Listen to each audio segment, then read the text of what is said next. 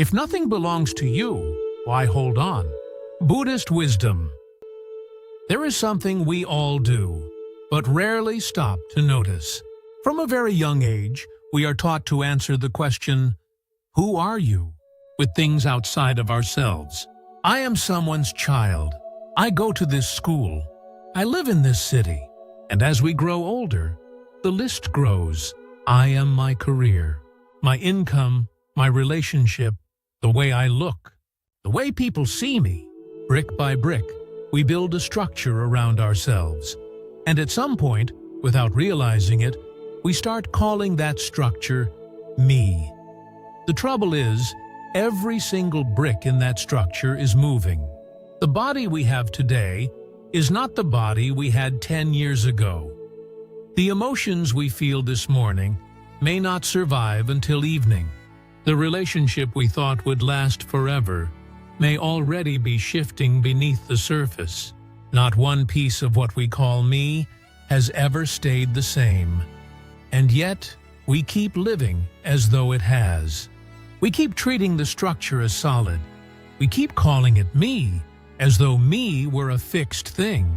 So, when a piece of it is taken away, when a relationship ends, when we lose a job, when someone we counted on walks away, what we feel is not just the loss of that thing. It goes deeper. We feel as though a part of us has been torn out. Because in a very real way, it has. We had woven ourselves into it. We had made it part of the structure. And now that it's gone, there is a hole where me used to be. That is why grief can feel so disorienting. It is not just sadness. It is the experience of not knowing who we are without the thing we lost. This pattern is worth looking at closely. Because it keeps repeating, we lose something. We suffer. We rebuild. We attach again. We lose again. Each time, we assume the problem was that we lost the wrong thing or didn't hold on tightly enough. But the Buddha saw something different. He observed that the problem is not what we lose. The problem is that we keep mistaking things that are always changing for things that are permanently ours. In the chain of dependent origination, he taught that clinging arises from craving, and craving arises from feeling. Every time a pleasant sensation appears, the mind reaches for it. Every time something unpleasant appears, the mind pushes it away. This is not a decision. It is a pattern, deeply automatic, deeply old, which means that when we find ourselves holding on to a person, to a memory, to an idea of who we should be, it is not because something is wrong with us. It is because this is what untrained minds do. The Buddha understood this, which is why he never blamed anyone for clinging. He did not say you should not hold on. He asked something more useful. What are we actually holding? And is it really what we think it is? Now, if we are being honest, and we should be, there is a good chance that something in us is already pushing back. When we hear nothing belongs to you, the first reaction is not usually openness. It is resistance. Something inside tightens. It says, no, my children are mine. My effort is mine. The life I built with my own hands. How can anyone say that is not mine? And behind that resistance, there is often something quieter. If nothing is mine, then what was all of it for? That reaction is not a problem. It is honest. It shows how deep the identification goes. So deep that even suggesting we loosen it feels like a threat. And the Buddha was not asking anyone to agree with him on the spot. He was pointing to something each person can observe for themselves, in their own experience, in their own time. So rather than asking whether this is true or false, it may be more useful to look at exactly how we hold on, and whether the way we hold on is actually doing what we think it is doing. The Buddha did not simply say, let go. He looked very carefully at how we grip. In the Anatalakkhana Sutta, the discourse on the characteristic of non-self, which was the second teaching the Buddha gave after his awakening. He examined the body, feelings, perceptions, mental formations, and consciousness one by one. For each, he asked the monks a simple question. This thing is impermanent. Yes. And what is impermanent? Is that happiness or suffering? Suffering? Then, is it fitting to regard something impermanent, subject to suffering, and always changing as, this is mine, this is what I am, this is myself? The monks answered no. Those three phrases, in the original Pali, eta mama, esoham asmi, esomeata, are not just words. They are a precise map of how we attach ourselves to things that cannot hold us. The first layer is the one we most easily recognize. This is mine, my house, my money, my reputation. We take something in the world and draw a circle around it and say, this belongs to me. But honest reflection shows us that this sense of ownership is an idea, not a fact. The house we live in, before us, it belonged to someone else. After us, it will belong to someone else. Even while we live in it, it ages and becomes something different. What exactly are we owning? Not the thing. The thing keeps changing regardless. We are owning a concept, and when that concept is threatened, we don't just feel inconvenienced. We feel violated, as though something has been taken from inside us. That reaction tells us something. We had already confused the thing with ourselves. But there is a second layer, and this is where most of our daily suffering actually lives. It is the belief that this is me. We don't just think sadness belongs to us. We think we are sad people. We don't just think we lost. We think we are losers. When someone criticizes us, we don't just feel discomfort. We feel as though the core of who we are is under attack. Because at this level, we have fused our identity with things that were never stable. Our emotions, our roles, the image reflected back to us by others. This is why someone can lose a job and fall into depression that lasts a year. Not because the job itself was irreplaceable, but because they had become that job. Their sense of purpose, their daily rhythm, their answer to the question, what do you do? All of it lived inside that one role. Take it away. And they genuinely did not know who they were anymore. Then there is the third layer, the deepest and most hidden of all. This is the belief that somewhere beneath all the changing, there is a fixed, solid, unchanging me. The real one. Most of us carry this belief without ever examining it. It sits so deep we don't even notice it. But we can feel its effects.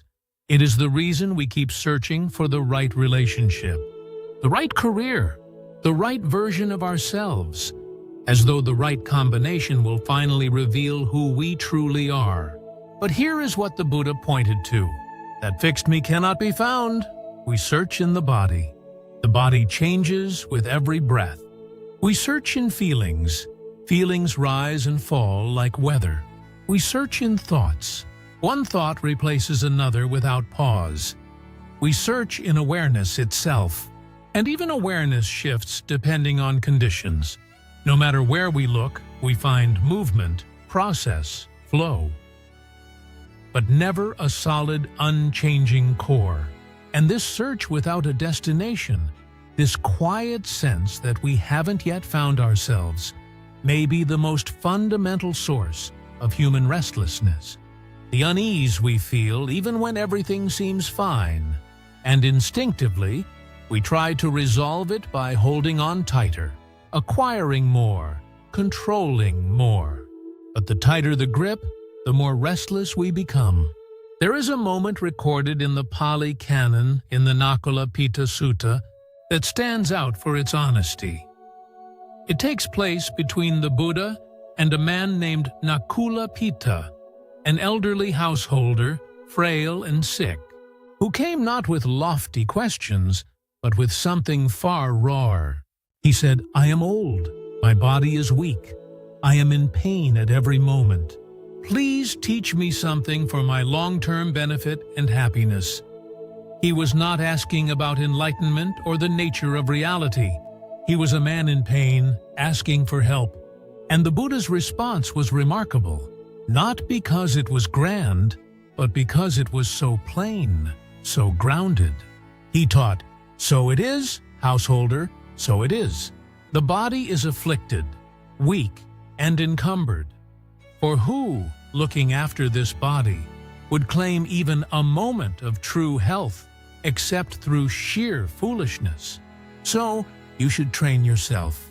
Even though I may be afflicted in body, my mind will be unafflicted. That is how you should train yourself." There is something deeply important here. The Buddha did not deny the pain. He did not minimize it, he acknowledged it completely. Yes, this body is sick. Yes, it is deteriorating, and anyone who pretends otherwise is fooling themselves. Because so often, when we are suffering, what makes it worse is the sense that we should not be. That if we were doing life correctly, we would not hurt like this. The Buddha removed that weight entirely. Of course, the body hurts. That is what bodies do. But then came the part that carries the real weight of this teaching. The body may be afflicted, but the mind does not have to be afflicted along with it. Later in the same sutta, the Venerable Sariputta explained this further. He described how an uninstructed person identifies with the body. I am this body. This body is mine. And because of that identification, when the body changes, that person falls into sorrow, lamentation, and despair. But a well-instructed disciple does not make that identification. Their body still changes, still ages, still hurts, but they do not fall into despair over it. The pain is there. The suffering on top of the pain is not.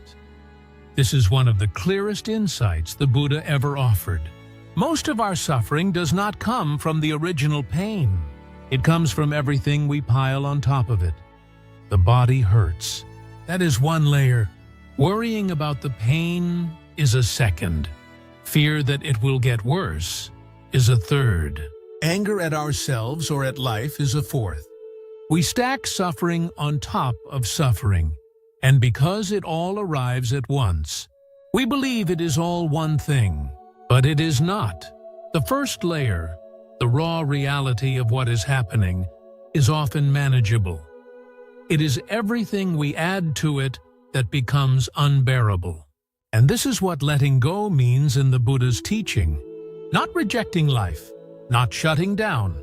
Letting go means learning to stop adding the second layer, the third, the fourth. Rain falls, that is reality. But cursing the rain, worrying about tomorrow's forecast, being angry at the sky, that is what we create. That is the part of suffering we have a choice about. This sounds simple, but think about what it actually means. It means we do not have to wait for life to stop being difficult before we find peace. We can be at peace right in the middle of difficulty, not by pretending it isn't there, but by choosing not to turn it into a story larger than what is actually happening. The body is sick, but the mind can be well. The moment is hard, but the mind does not have to make it harder. That is not denial. That is what the Buddha called wisdom. If everything we have discussed so far is true, if nothing we hold is permanent, if nothing we call mine truly belongs to us, then a very natural question arises, and it carries real fear behind it. Does letting go mean we have to stop loving? Many people turn away from the Buddha's teaching at exactly this point because they believe the answer is yes. They imagine that wisdom means distance, becoming someone who watches life from behind glass. Present maybe, but no longer touched by anything. But the Buddha taught something that goes in exactly the opposite direction, and it is worth paying close attention to. It is precisely when we stop clinging that we become capable of real love. When we cling to a person, we call it love. But if we look honestly, we might notice that inside what we call love, there are things that have nothing to do with love at all. There is fear of losing them. There is the expectation that they should make us feel a certain way. There is the quiet demand that they stay exactly as they are, because the version of them we fell in love with is the one that makes us feel safe. We love them, but we get angry when they change. We say, "I love you," but somewhere underneath, what we really mean is, "I need you to stay so that I feel whole." That is not love, that is a grip. And a grip, no matter how gentle it starts, always tightens. It turns relationships into transactions. I give you this, and in return, you must not leave, must not change. And when the other person inevitably does change, because that is what living things do, the grip either tightens further or it snaps. We call that heartbreak. But the love was never what gave way. What gave way was the belief that another person could be held in place. Something very different becomes possible when we let go of that grip. We don't love less. We love differently. We begin to appreciate someone's presence not as something we possess, but as something that is here right now. And that is enough. We learn to care without controlling, to give without keeping score, to be fully present without needing a guarantee that the moment will last. In the Discourse on Love, the Metta Sutta, the Buddha used an image that has stayed with people for centuries. He taught, even as a mother would protect with her life her child, her only child, so too should we cultivate a boundless heart of loving kindness toward all beings, above, below, all around, without limit, without hostility, without ill will. What is remarkable here is the kind of love being described. A mother's love for her only child is fierce and total, and the Buddha used it precisely because it is unconditional. It does not depend on the child being a certain way. It does not withdraw when disappointed. And then the Buddha said, extend that same quality to all beings, in every direction, without boundary. That is not the love of someone who has become cold. That is the love of someone who has stopped making love conditional on getting something back. This kind of love does not come from effort. It comes from seeing clearly, when we truly see that every person we meet is caught in the same confusion we are, gripping things that cannot be held, searching for a fixed self that cannot be found. We begin to understand them differently. We recognize their struggle because it is our struggle. And from that recognition, compassion arises on its own. Not because we force it, but because once we see clearly, compassion is simply what a mind that understands naturally does. We still live. We still love. We still show up for the people who matter to us. But we do all of it without gripping, without the constant fear that what we love will be taken away. And perhaps that is the real answer to the question we started with. If nothing belongs to us, why hold on? Because when we finally open our hands, we discover something we never expected. Life does not become less when we stop clinging. It becomes more real, more fully ours. Not because we own it, but because for the first time, we are actually here for it. Not as we desperately need it to be, but as it is.